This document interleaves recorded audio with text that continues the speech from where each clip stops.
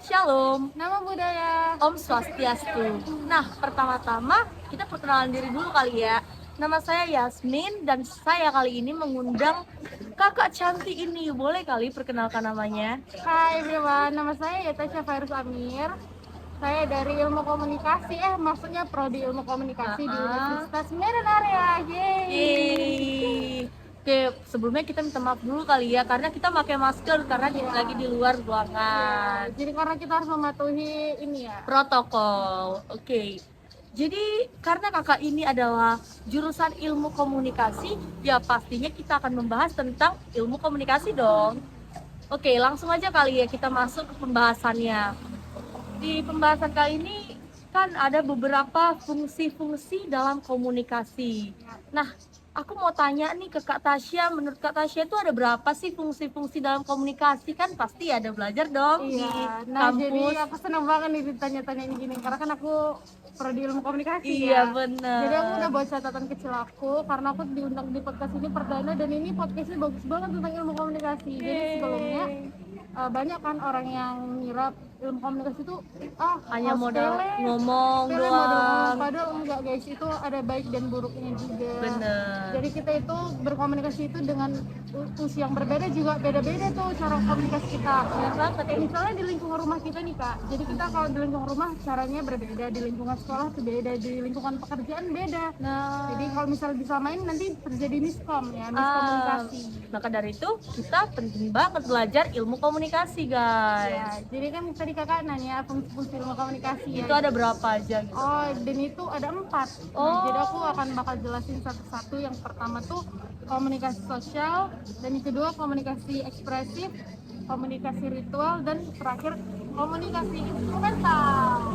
Oke, tadi Kak Tasya tuh bilang yang pertama itu adalah komunikasi sosial. Kayaknya yang nonton-nonton ini belum tahu kali ya apa itu arti komunikasi sosial. Boleh kali Kak dijelaskan ke teman-teman sekalian? Nah, jadi sebenarnya teman-teman yang nonton ini udah tahu sih sebenarnya komunikasi sosial, tapi mereka tuh nggak tahu kalau namanya itu komunikasi sosial.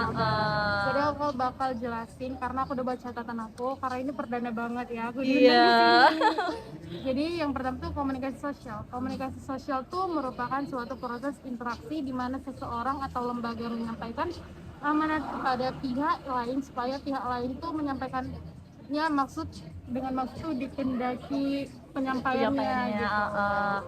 Kalau boleh tahu contoh-contohnya dari komunikasi sosial itu apa sih Kak? Contohnya itu pada saat kita upacara, pasti kalian juga pernah kan upacara pada SD, SMP, SMA.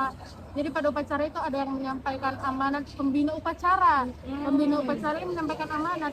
Dalam menyampaikan amanat itu kita harus memiliki komunikasi yang baik agar pendengar atau yang melihat kita tuh tahu gitu, ngerti. Nah, iya gitu. bener. Karena pasti kalian tahu lah ya upacara dari SD sampai SMA udah dilakukan setiap hari Senin dan wajib pastinya. Oke, kayaknya kita lanjut ke yang nomor kedua, itu ada komunikasi ekspresif. Apa itu ya Kak, kalau boleh tahu? Komunikasi ekspresif itu merupakan suatu komunikasi yang dilakukan untuk melanjutkan perasaan kita, seperti kita peduli, cemas, marah, dan kita itu ramah. Nah, Kalau boleh tahu contohnya seperti apa tuh? ya. Dan contohnya itu saat kita menangis, saat kita peduli, saat kita menanyakan kabar seseorang.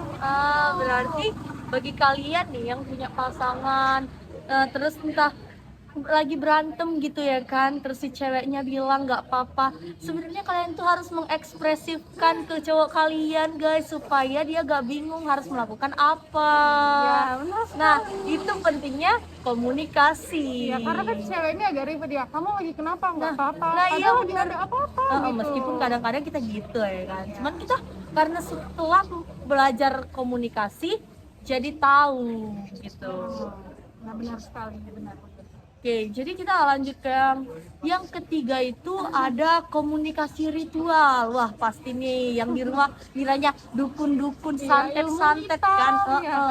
Boleh jelaskan dong Kak Tasya itu apa ya? Nah, jadi aku mengira komunikasi ritual itu tentang santet, ilmu hitam, dukun-dukun kayak keajaiban yang serem-serem gitu, enggak, bukan itu. Bukan ya Jadi guys aku ya. akan dijelasin dari catatan kecil aku ini tentang komunikasi ritual, maksud dalam kehidupan sehari-hari yang mengadakan ritual tertentu yang dilakukan secara kolektif. Dalam acara tersebut, orang akan mengucapkan atau menyampaikan perilaku yang bersifat simbol. Contohnya itu apa itu Kak? Oh, contohnya kita misalnya dalam pernikahan. Ah. Misalnya aku kan ini orang Jawa ya, suku Jawa. Jadi aku kalau misalnya di dalam suku Jawa tuh kalau acara pernikahan tuh ada siram-siraman. Jadi itu tuh yang dimasukkan ritual, bukan tentang yang Dukun-dukun. hantu-hantu. Benar. Nah, yang terakhir ini adalah komunikasi instrumental. Apa tuh Kak instrumental? Orang-orang ngiranya ini musik pasti nih. Iya kan instrumentalnya gimana gitu Iya, ya. bener. Jadi komunikasi instrumental itu merupakan komunikasi yang dijadikan sebagai alat dengan tujuan memberi informasi, mempengaruhi sikap dan keyakinan, menghibur dan mengubah perilaku. Contohnya misalnya mengubah perilaku itu kita misalnya mama saya nih nanya, dia ngeliat kamar tuh kan, dia ngeliat kayak kamarnya kotor gitu. Jadi kan kita berusaha untuk mengubah perilaku kita, dan orang tua kita tuh bilang kayak gitu karena untuk bermaksud mengubah perilaku kita agar kamar kita tuh bersih. Iya, bener banget. Jadi itu penting banget ya. Dan contoh lainnya itu misalnya kita merokok gitu, itu sebenarnya nggak boleh. Misalnya kalau ada yang ngingetin kita jangan merokok, itu sebenarnya baik, bukan maksud jangan apa sih gitu, sebenarnya maksud baik biar kita itu nggak kena penyakit paru-paru. Nah, jadi dari pembahasan kita yang dari fungsi-fungsi komunikasi ini, pasti kalian tahu dong berapa pentingnya komunikasi itu.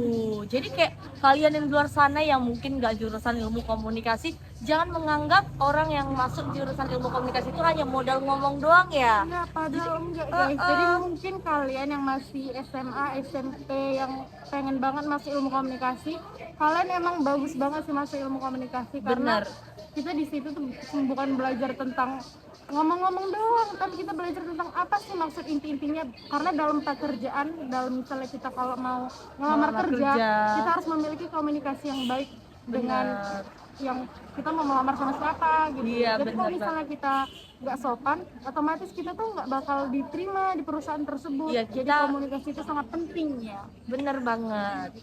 Oke, kayaknya segitu dulu kali pembahasan kita tentang berkomunikasi yang baik. Jadi guys, pokoknya jangan lupa share ke teman-teman kalian karena ini bagus banget untuk pengetahuan umum kita. Iya, bener banget. Nah, itu aja sih kayaknya. Kayaknya cukup sampai situ aja kali ya. Kalian nih yang nonton jangan lupa dong subscribe, like dan komen di video kita. Komen baik-baik guys, karena ini ilmu loh, bukan asal-asalan aja. Nah, gitu. bener banget. Oke, sekian dari podcast kami kali ini. Maaf kalau ada kesalahan kata. Ya, terima kasih. Bye bye. Thanks for watching.